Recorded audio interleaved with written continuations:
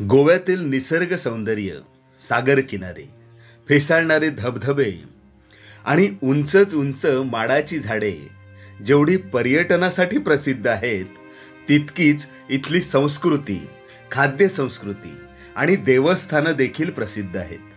यापैकीच एक जागृत देवस्थान म्हणजे मंगेशी. चित्रपट सृष्टीतील असंख्य कलाकारांचं मंगेशी हे कुलदैवत आहे. यापैकीच एक सराफ कुटुंब. लक्ष्मणराव सराफ हे आपल्या एक्सपोर्ट इम्पोर्टच्या कामासाठी बेळगावला स्थायिक झाले. पुढे या कामाची व्याप्ती वाढत गेली आणि लक्ष्मणराव सराफ मायानगरी मुंबईत दाखल झाले. दक्षिण मुंबईतील चिखलवाडी या भागात लक्ष्मणराव सराफ आपल्या कुटुंबासह राहू लागले आणि हिंदुस्थान स्वतंत्र होण्याच्या 2 महिने आधी लक्ष्मणराव सराफ उभयतांच्या घरात 4 जून 1947 रोजी एक गोंडस बाळ जन्माला आला. वडील अभिनेता अशोक कुमार यांचे खूप मोठे चाहते होते, म्हणून मुलाचं नाव ठेवलं अशोक. या अशोकचे मामा गोपीनाथ सावरकर यांची स्वतःची नाटक कंपनी होती. त्यामुळे अभिनयाचं बाळकडू ह्या अशोकला बालपणातच मिळालं. मामाच्या नाटकाची तालीम बघता बघता तो हौस म्हणून छोट्या छोट्या भूमिका नाटकात करू लागला. वयाच्या 18व्या वर्षीच अशोकने विवा शिरवाडकरांच्या ययाती देवयानी नाटकात विदूषकाची भूमिका साकारत व्यावसायिक रंगभूमीवर पहिले पाऊल टाकले. त्यानंतर काही संगीत नाटकं अशोक यांनी केली. आता जवळजवळ त्यांनी ठरवूनच टाकलं होतं की आपण अभिनेता व्हायचं. नाटकाचा हा प्रवास सिनेमाकडे घेऊन गेला.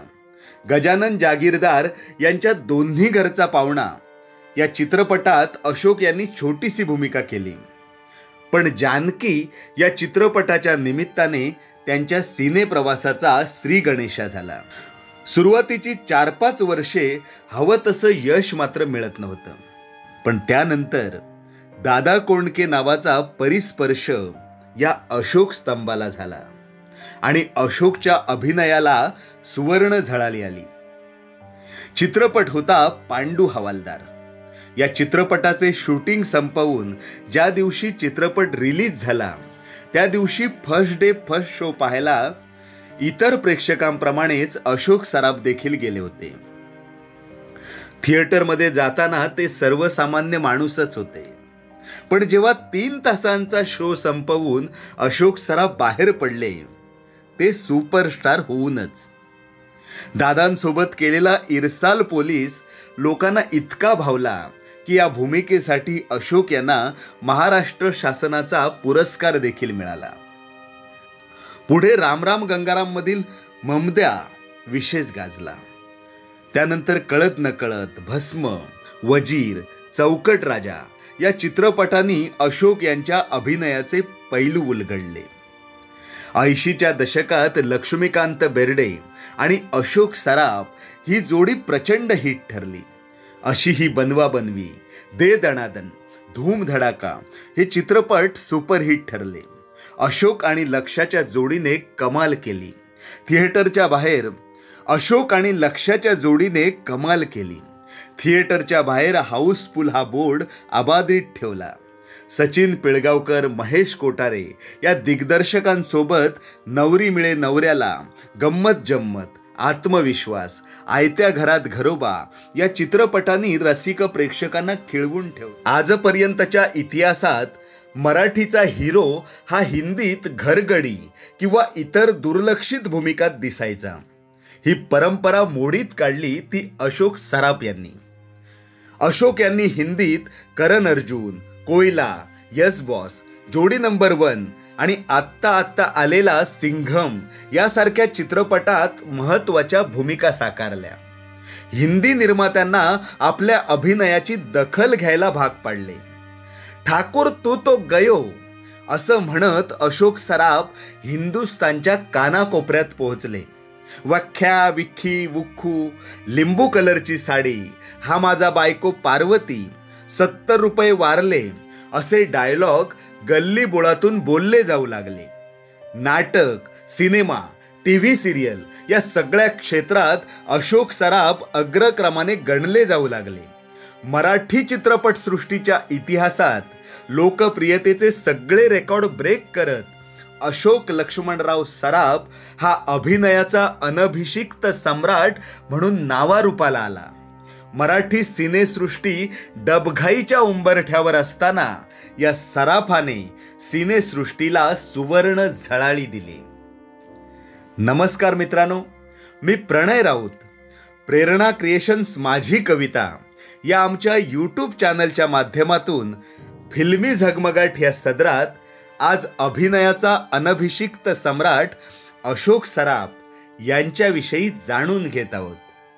घरातच नाटक कंपनी असल्याने अभिनयाचं टॉनिक बालपणापासूनच अशोक सराफ यांना मिळालं.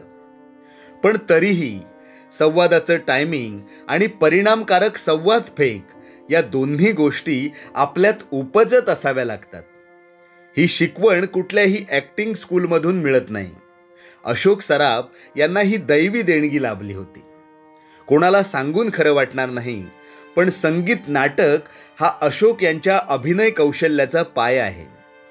नेहमी नाविन्याच्या शोधात असणाऱ्या अशोक यांनी विविधांगी भूमिका केल्या. 80च्या दशकात सचिन, लक्षा, महेश आणि अशोक सराफ यांनी मराठी सिनेरसिकांना चित्रपटगृहाकडे वळण्यासाठी भाग पाडले.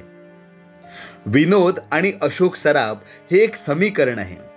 ते बोलताना टायमिंग घेऊन इतक्या सहजतेने विनोद करतात की त्यांचा विनोद आज कित्येक वर्षानंतरही आपल्याला हसवत ठेवतो. तत्कालीन निर्मात्यांनी सुद्धा अशोक यांच्या या विनोदावरच पैसे लावले. त्यांना सलग विनोदी चित्रपट मिळत गेले. पण विनोद सोडून ज्या भूमिका त्यांना मिळाल्या, या सराफाने त्या भूमिकांचंही सोनच केलं. यात राम राम गंगाराम मधील ममद्या खाटीक असेल, गोंधळात गोंधळमधला पॅन्टवाला मदन असेल, गुपचूप गुपचूप मधील प्रोफेसर धोंड असेल, एक डाव भूताचा मधील खंडोजी असेल किंवा बिनकामाचा नवरा मधील इरसाल नवरा असेल, या सगळ्या भूमिका अशोक सराफ यांनी जिवंत केल्या.